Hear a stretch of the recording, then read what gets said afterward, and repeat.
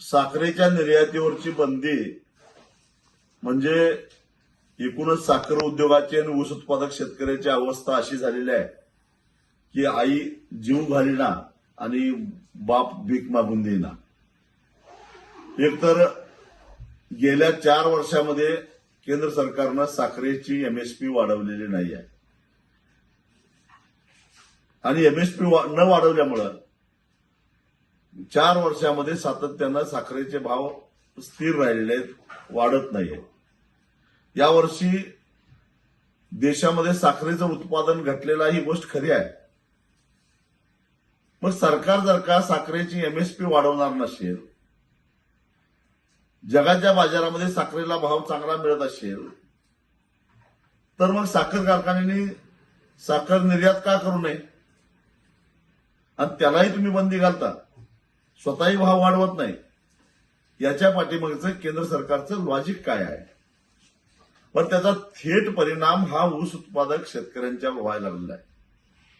खरं तर आमचं आणि साखर कारखान्यांचं भांडण आहे ते ऊसापासून तयार झालेली साखर आणि त्याच्या उपपदार्थातून आलेल्या पैशातून शेतकऱ्याचा हिस्सा जास्तीत जास्त मिळाला पाहिजे यासाठी आहे.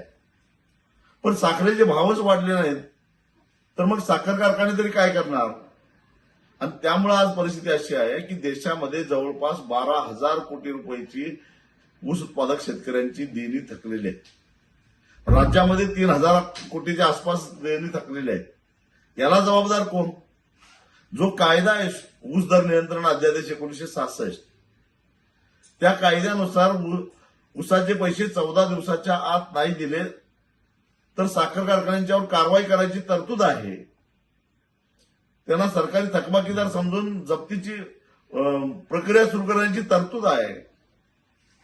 पण अंमलबजावणी कुठं आहे? कारण 80% साखर कारखानदार आज भाजप आणि त्यांच्या मित्र पक्षामध्ये आहे. कोण काय कारवाई करणार?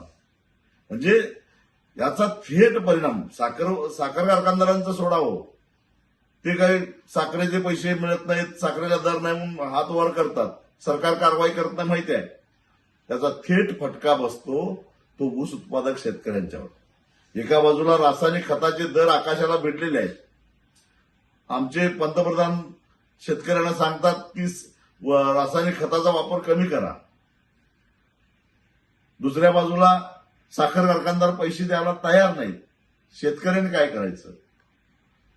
खरं तर हा जो सरकारचा निर्णय आहे तो मूर्खपणाचा आहे, भंपकपणाचा आहे असं मी म्हणेन.